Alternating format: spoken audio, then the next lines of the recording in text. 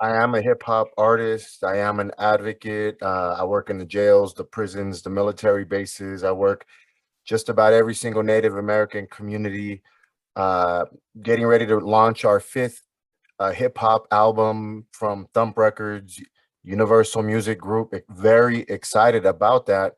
But at the same time, we do have a podcast that is on Spotify and Pandora and iHeartRadio. It's called the SOG Crew Bible Study. Just the principles, just in case one day, you know, I happen to leave this earth, something to leave my family and friends and children and all our following and those that I mentor, just with biblical principles of morality and just things of stuff that I've come up with from just my meditations and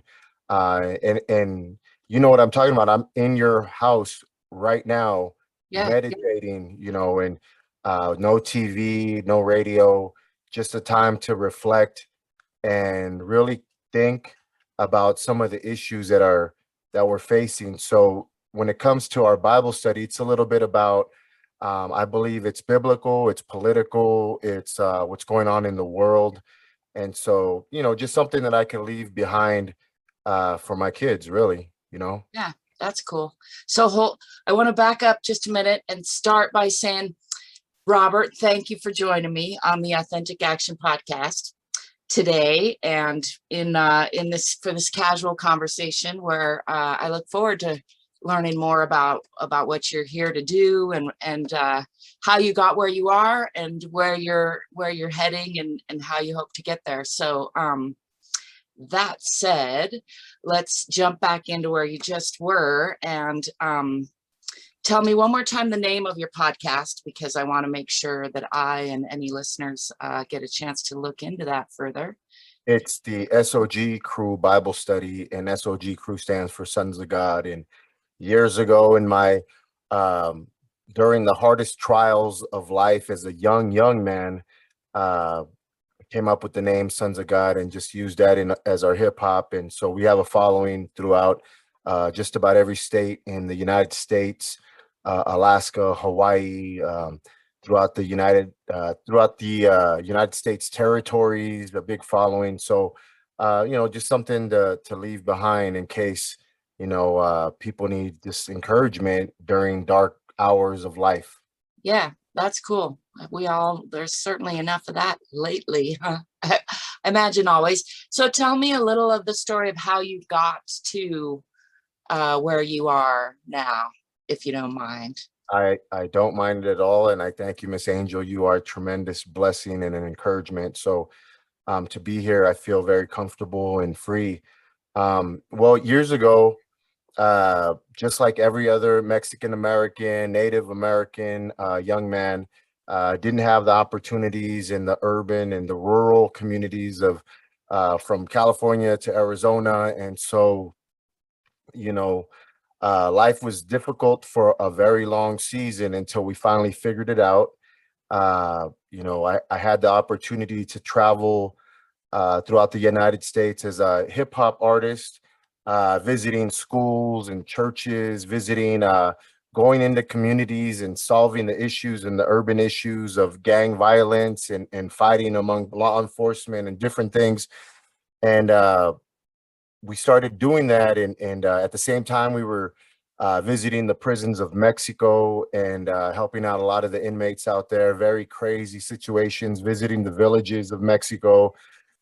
Doors of opportunities opened up, and we started working with every single Native American community, American Native community of Alaska, just different people. The opportunities just started opening up, and we were visiting. People were attracted to our music, attracted to our personality, our character, just the whole group thing, hip hop. And um, Where was your home base out of? Sorry to interrupt, but where did you grow up mainly, or where did that spring from originally?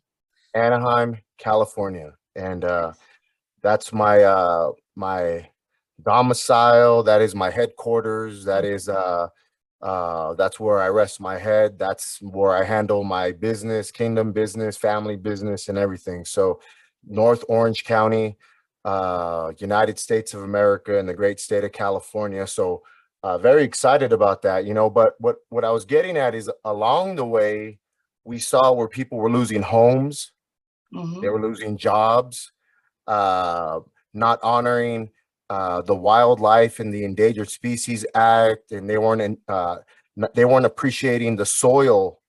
They were not appreciating the climate or in our environments. The people, just a big old mess everywhere that we went. It was just a crazy mess.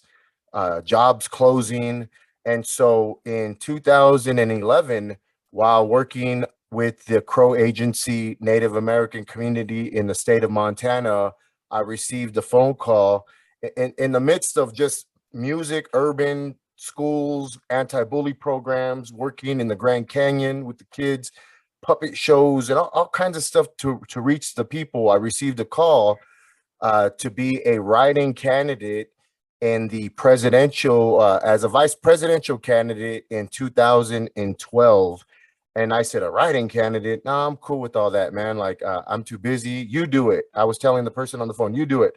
Yeah. Well, somehow I decided to do it.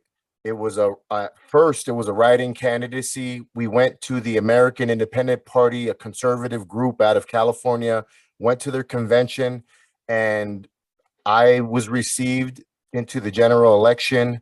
So from there, the doors of opportunities opened up because I was the first Mexican American, second Native American to run for vice president of the United States. So now doors opened up for me to become a speaker, a keynote speaker at schools, colleges, everywhere, just for the fact of the inspiration in the urban communities, especially with the arts. You know, the arts, and then now the political, because they watched me grow up in the arts as a little kid back in the 80s, breakdancing movement, 90s hip hop, and all of a sudden 2010, 11, and 12 are around, and everybody's like, wow, trip out. We know this guy right here. We grew up with this guy. Come to our school, come to our preschool, kindergarten, elementary, middle school, high school, college, trade schools, mechanical engineering schools, all kinds of everybody started opening up the doors, you know. So from there, I was on the primary ballot in California as a vice presidential candidate against Trump. And so for me, these were just opportunities to learn, grow, learn what the people are passionate about. And in December, I received a call from a colleague of mine from the Jewish community. And the gentleman said, hey, Deb Haaland, the congressional congresswoman from Congressional District 1 in the Albuquerque, New Mexico area, rumors are that she's going to be confirmed by the Biden administration, and there's going to be an open seat. There's a possible chance. Why don't you go out there and learn New Mexico? And so at first I was kicking and screaming because I didn't want to leave my wife, man. We've been together since 1996, 4 kids, homeowners, in love, community people. Everybody knows us. You know, I'm signing autographs at Walmart, McDonald's, everywhere throughout the whole state, you know, just the American dream. And, you know, I decided to come out here. And in January, I made my move to New Mexico to run for Congress. It was a long shot. Actually, my family was like, "Are you having a midlife crisis? Why are you going to New Mexico?" And I'm like, "What do you mean? You know, this is the opportunity, like, just to learn, just to be around the New Mexicans, just to be around the agriculture." I grew up as a kid. My whole entire family on both sides were either fishermen or agricultural in Arizona and California, and I was the baseball player, so I really didn't care. But when you get older, you start realizing, you know what, I should have really cared. I miss those memories, of diving into canals and picking cotton and taking the weeds out of the cotton. So now what I've done is I've been working with the community here as a congressional District 1 candidate. I'm the writing candidate, Dr. Robert Ornelas, and I volunteered at many farms. Thanks to I want to make sure I give my proper thanks. But one of the farms that I've been volunteering at is here in Albuquerque. It's called Chispas Farms. Miss Casey and all the farmers, they've opened up the doors so that I could get confirmation when it comes to drip systems, when it comes to the mulch. I know you've been sending me a lot of information, and it's a trip. You've really been educating me. And recently, you sent me a write up online about the Healthy Soil Act, Uh-huh. and so I'm seeing that on these farms. So I'm Somebody currently just sent that to me. It's all, it all clicks together so beautifully. Anyway, the yeah. ecological system of even us humans. Hmm. It doesn't just have to be the earthworms and Yeah, the little roly we're polies part of and it. It's all yeah, connected. it's all of us. So I've been volunteering. Actually, I was there today, so I'm kind of like got up early, went out there, Nice. and then I was like, I gotta leave early. I gotta see Miss Angel and be on her podcast show, and took a shower real quick. So Okay, well, here thanks. here I am, but I'm very excited. Uh, Working with the agricultural, and my job is to find how to solve the issues of water, hold people accountable, water management. At the same time, making sure we have good drinking quality water, making sure that the irrigation systems are manageable, making sure people are making their payments. And so I am here now. I'm like, I'm not the sheriff because I don't want somebody saying, "Ah, shut the sheriff." You know, I am more like a You champion. sing that song. No. I bet you No, do too. but I'm a Yeah. champion like Yeah. you. I'm a Yeah. champion.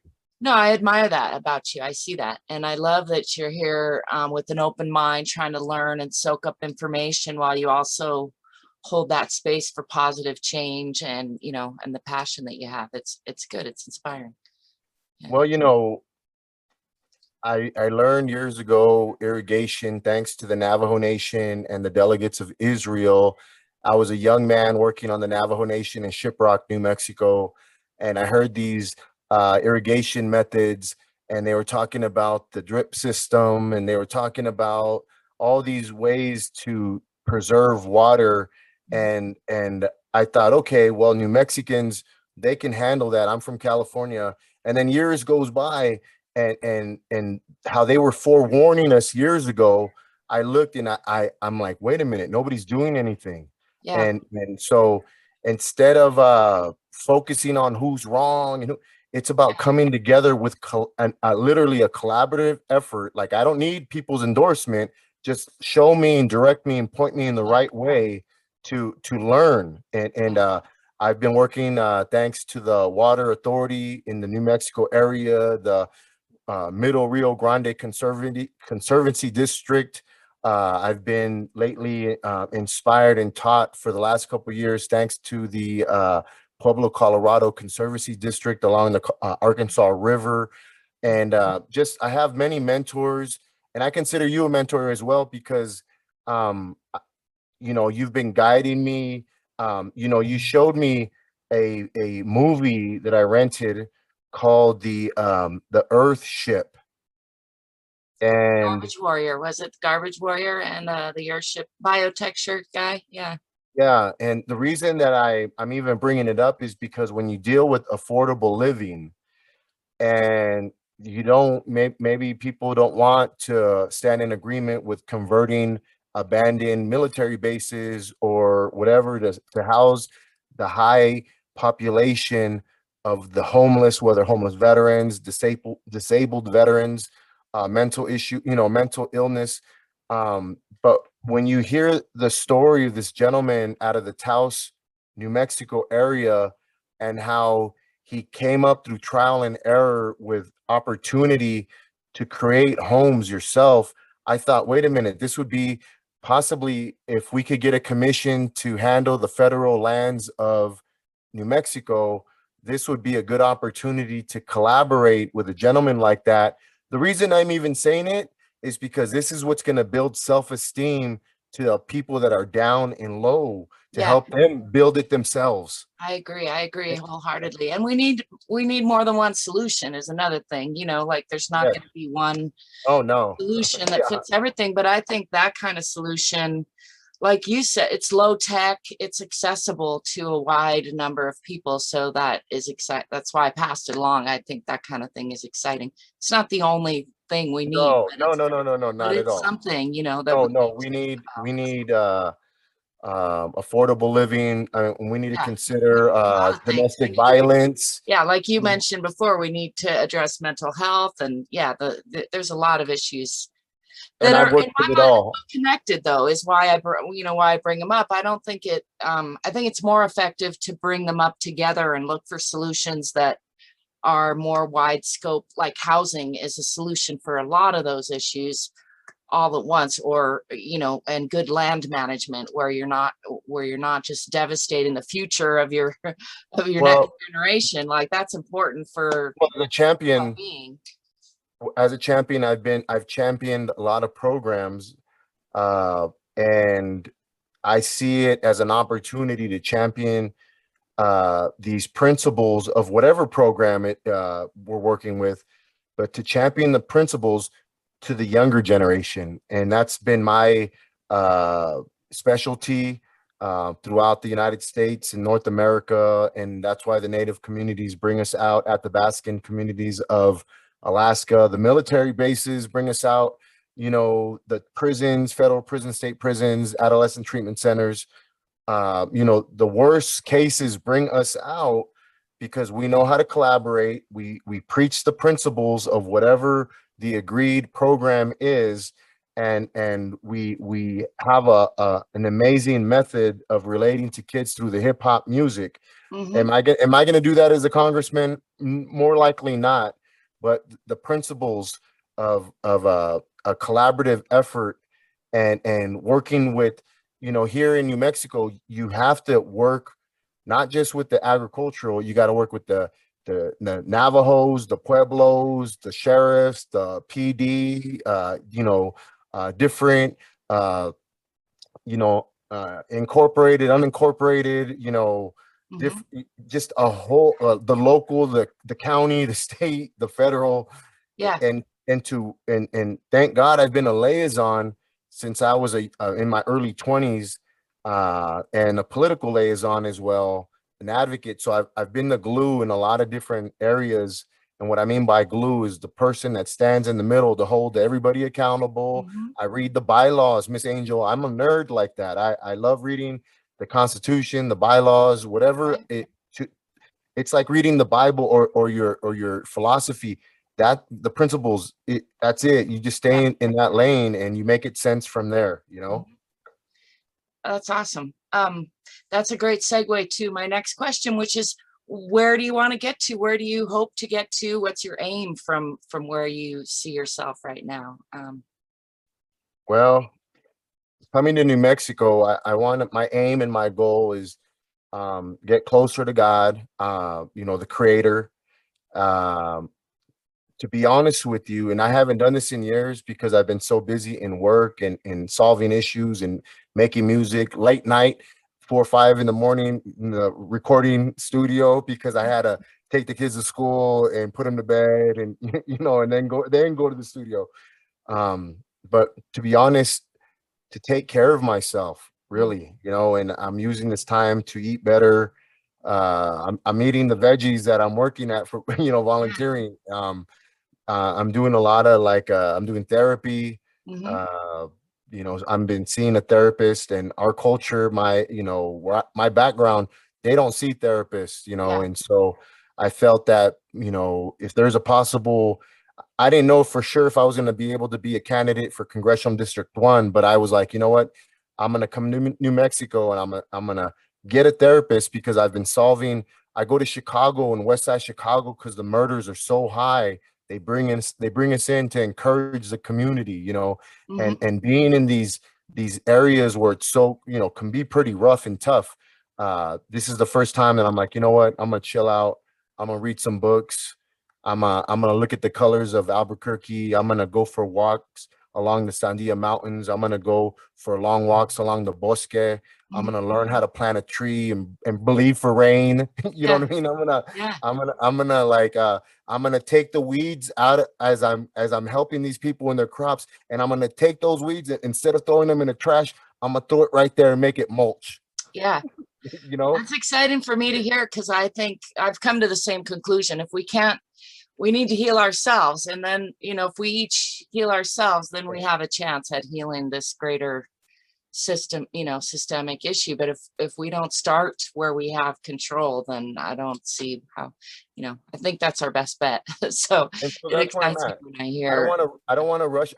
I'm so used to fast paced LA, New York, yeah. Manhattan style, and I need to go back to my roots to Somerton, Arizona, country boy jumping into the canal Mhm, and just, and because I'm saying this because we haven't even come out of the pandemic yet.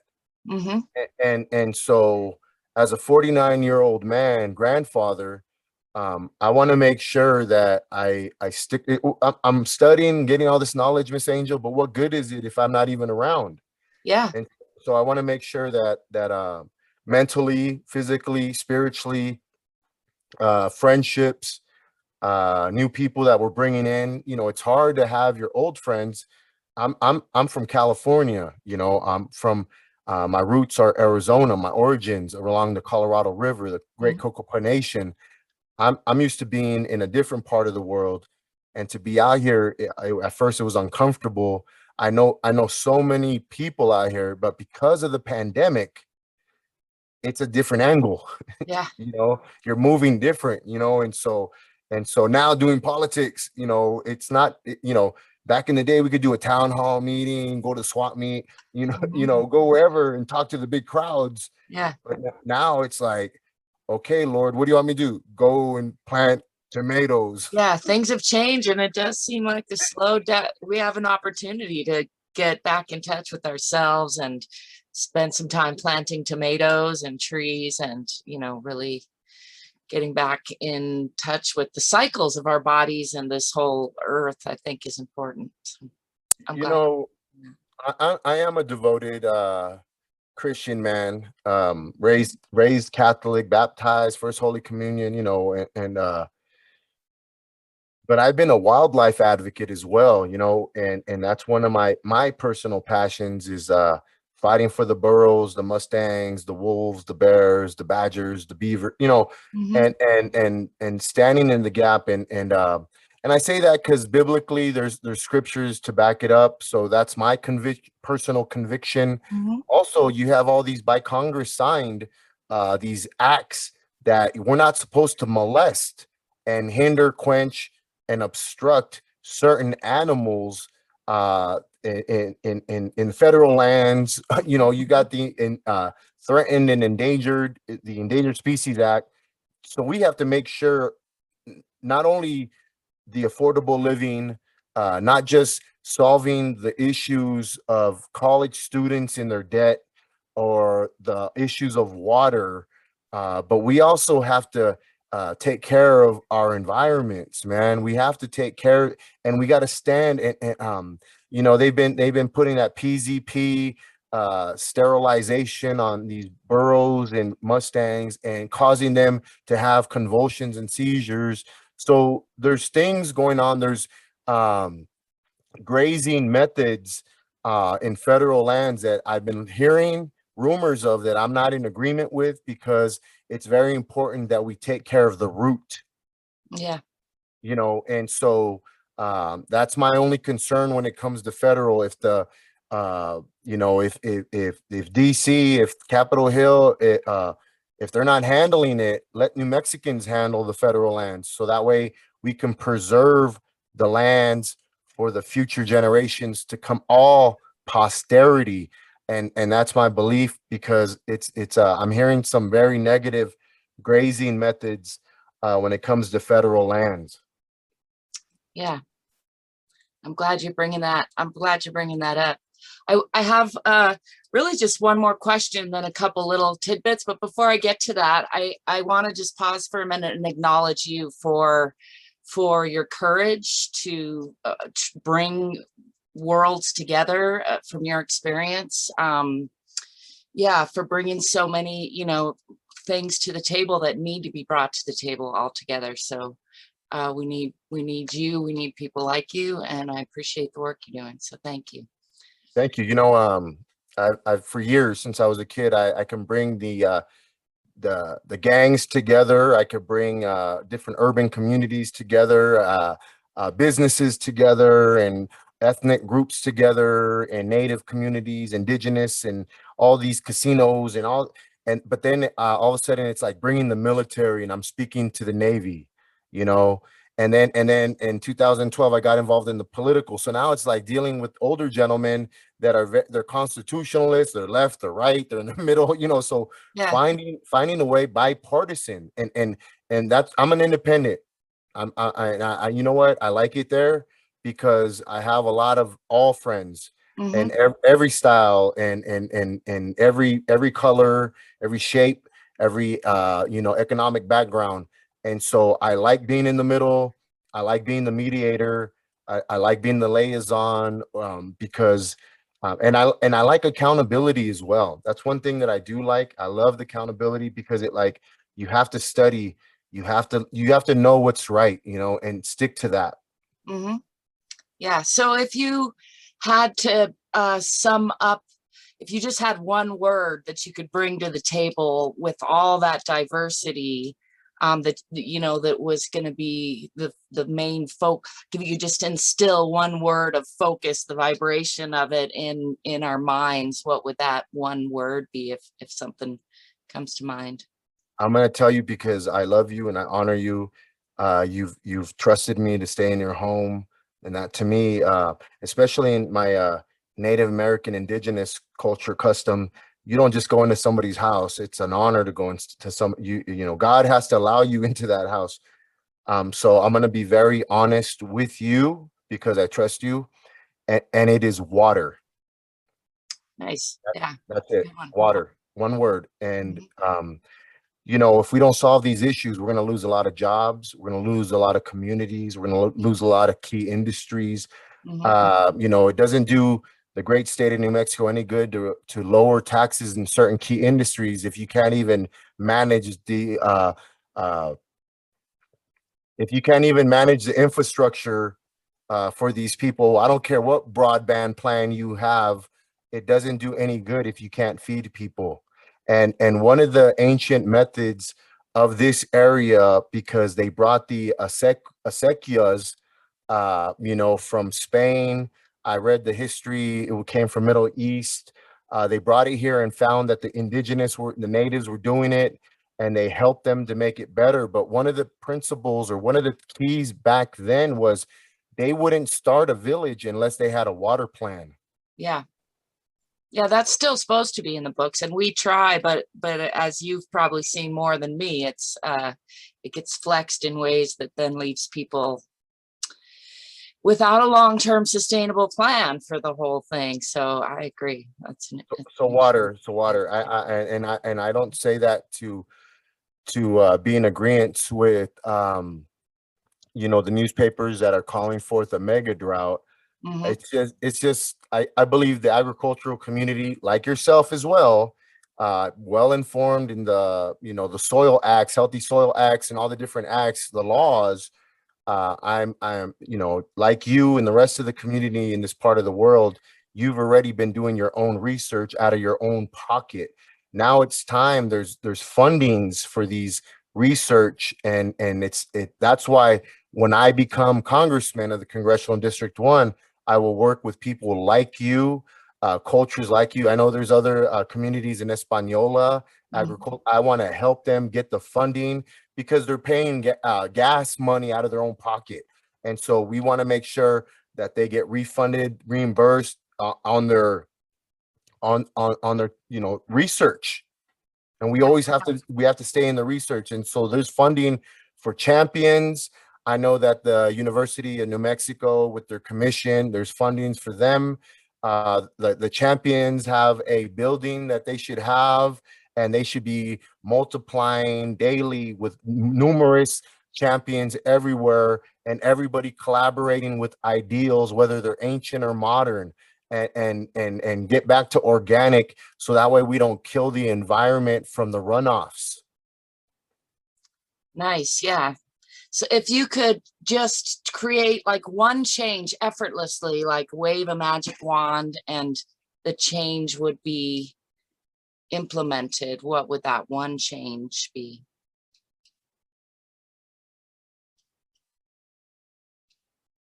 Wow. I just the young people that the urgency to raise them up and educate them and to pass on the wisdom of agriculture, and so that they can be take care of themselves, so that they could create jobs. That I think more programs, community programs with educators, with advocates, political, law enforcement, ethnic, just together, just literally together, and put all the different left, right, all whatever beliefs aside on the bipartisan, and to come together just for the kids. Yeah. Honestly. Mm-hmm. And give them the tools where they can solve them. Yeah, I agree with you there. That is the future, right? The youth. Yeah. So I have a 3 wishes question, which is similar to that, but I like to break it down just a little bit more, which is if you had 3 wishes, being from another dimension with all the powers that you don't understand said, I give you 3 wishes, but one wish has to be for you personally, and one wish has to be for the world at large, and then one wish can be whatever you choose. Could be your family, or could be your specific passion, and take your time thinking about it, because I know I just sprung that huge question on you. Okay, I mean, without thinking about it, I'd have to say that my wife and kids would be here with me. And that's probably the most difficult. It'll get to your mind, man. You could be the most strongest person, and even King David in the Bible, they stole his wives and his children, and his own dudes, his own people were going to kill him for that. So that is the most. It's like being in prison, but you have to be strong. You literally have to be strong and understand that it's not for you, it's for everybody. And that's where I'm at right now. This is for the future of the next person that wants to do what I'm doing, and maybe they'll do it, maybe they'll make it happen, but I'm just kind of like pushing the way through. Yeah. So would that be your wish for you personally, or personally right now? So you get 2 more, wishes. And then for the world, that the spirit of civility would come down on all people, every rank, political to the lowest, just a form of respect and civility, to treat others the way we want to be treated. Because there's some communities, and even in this country, that you can't even drive down the street without them shooting at you. So I want to be very honest about that. And so I'm not talking about prejudice. I'm just talking about respect. I know they had civil rights movements in the past, and we can bring all that up, but I'm talking about modern day civility on the planet, where we might not agree with each other, but at least we'll hear each other's opinions, especially Americans. Yeah, nice. And the last one, my mother was born in Mexico, and the reason that I bring that up is because she had to be naturalized, and I don't agree with that, because she is a daughter of Native Americans that they went to war for the United States in World War II, and but when the Snyder Act of 1924, they didn't extend it to the children abroad of indigenous, of Native American natives, Eskimos, and Native Alaskans, to our war heroes. And so, to be honest with you, my goal in life, yes, it's to solve water, to help people become first-time buyers of homes, and to tell the urban communities it's time to pay taxes. My goal in life is to end second-class citizenship of Native Americans or American natives. And so that way, if my nephews and nieces go to Mexico, Canada, Europe, Italy, wherever, Africa, and their wife has a baby, that baby would be honored by the United States of America as a first-class citizen and would come without having to deal with the naturalization process. That is my goal, to eliminate second-class citizenship of American natives. Nice. I like it. So I'll introduce a bill right when I become congressman. That's going to be the first thing that I do, introducing a bill to amend these some of these acts that didn't extend to these people. That's powerful and needed. Yeah. Good. Well, is there anything else that you want to address, bring up, talk about? I just want to thank you for the information. I want to thank you for we've had conversations at your front door. I appreciate you being well-rounded, being a person that is a visionary towards many things, including the digital world, digital books, podcasting. You're an environmentalist. You have a philosophy that that it's, you know, you learn by trial and error. You're not prejudiced. You're born and raised in the great state of New Mexico. You're a mother. You're an educator. You're I want to say an archaeologist. You know, you're all these different things. And so for me, you know, I don't really know what I'm going to get, but it's very encouraging and inspiring, because I'm the same way. And these younger people, they are the same way. They're that internet Google generation, but you actually have it by experience. And so I just want you to know that you are a huge asset to me, to our different wide variety of community networks, and just know that you're on the right path, you know, and it's a tremendous honor and a blessing to stay in your home. And I forever will wish for peace on your house. And I want to be a friend of yours, a son to you, because I think you're a couple months older than me, you know, and so, you know, that makes you an elder to me. And so I forever want to be a son to you. And I'm a loyal friend. And, you know, everything I do, I'm not perfect, but I do make a hard effort, strong effort to do things right. And so I just appreciate you very much. Thank you, Robert. I appreciate you, and thank you for saying all that. It's lovely. It's been a pleasure meeting you and getting to know you a little bit better and talking to you in this interview. I really do appreciate your time and your words and your energy. Yeah, I think if there's nothing else that you want to share, I will ask you how people can get a hold of you to help support what you're doing and connect with you if they're interested in what you're doing and want to connect further. Just Google Dr. Robert Ornelas, and then you could add SOG crew, S.O.G. crew. I mean, I've been using that since I was young. Very easy to find me. You could call me at 714-808-2545. My email is rbrtornelas@aol.com. And you know, just check me out on Facebook, Instagram, Battle Axe SOG crew. I'll put some links too in the description wherever that ends up. So, but yeah. And I'll send you all my links, so that way you guys can get me on Facebook. Check out the music if you want. I'm a writing candidate, so you know, I need your prayers, and I need you to write my name in there, Robert Ornelas. So tell us exactly what that means. Where do we write your name? Yeah, so I believe the mail-in is taking place in the next few days or so. Starting, right? And then it's is it through November? I don't know. I should have. The election actually is June 1st. Okay. 2021. So yeah, just write in. I'm a writing candidate, Robert Ornelas, ROBERT Ornelas. That's ORNELAS.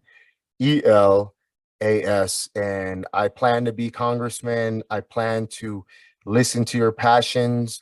I plan to work for you. I've been a servant for all the United States veterans since I was a kid, all my elders, church elders, community advocate elders, educators. I'll carry their briefcase. I'll clean their houses. I'll pick up their dog poop, and that's what I plan to do for you guys as well, is be a public servant and together learn, what we got to do to make things right for the next generation. Excellent. Well, thank you again. It's been a pleasure.